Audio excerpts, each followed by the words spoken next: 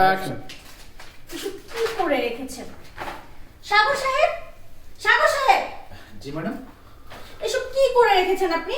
মানে একটা কাজও কি আপনি ঠিকঠাক মতো করতে পারেন না? এই যে ফাইলটা, আপনি দেখুন তো কোন প্রজেক্টের কাজটা কমপ্লিট আছে, আপনি দেখুন তো সব উল্টোপাল্টা করে রাখছেন। এগুলো কোনো কাজ আপনার? ধরেন, মানে সারাদিন অফিসে বসে বসে কি করেন আপনি?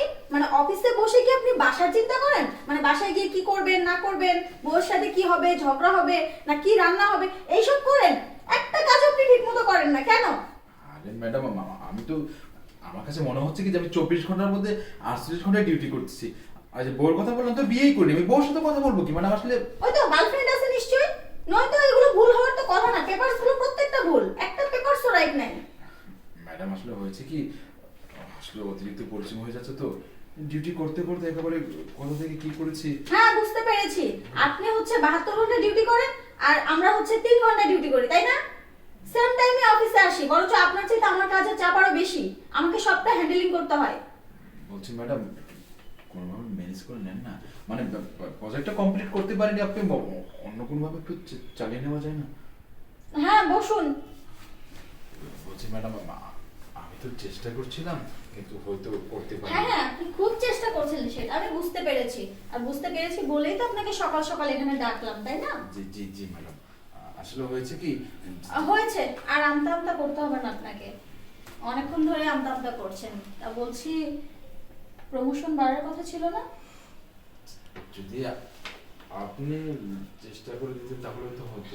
আমি তো অবশ্যই চেষ্টা করে দেব, আপনি তো আমার কোনো কথাই শোনেন না। এর আগেও আপনাকে একটা কথা বলেছিলাম, আপনি রাজি হননি, আর প্রমোশনটা বাড়ান।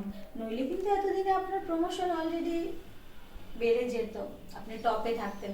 এই অফিসের অন্য কলিগদের চাইতেও আপনার প্রমোশনটা একটু বেশি থাকতো, কিন্তু কি করার, আপনি তো আর সেটা মানেননি।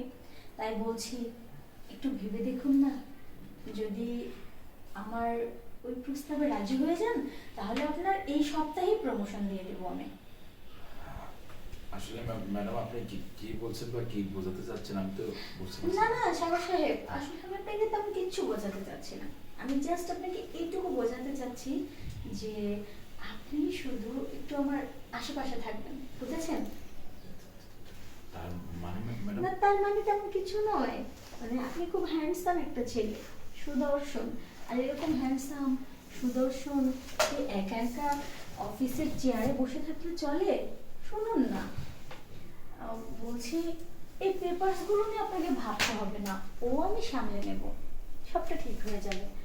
আপনি শুধু আমাকে একটু একটু ভালোবাসা দিবেন, একটু আদর করবেন, তাই না? বলছি ম্যাডাম, তার মানে এখানে এভাবে? না না না না না, আমার চেম্বারে তো কেউ আসবে না, ডোন্ট অ্যালাউ।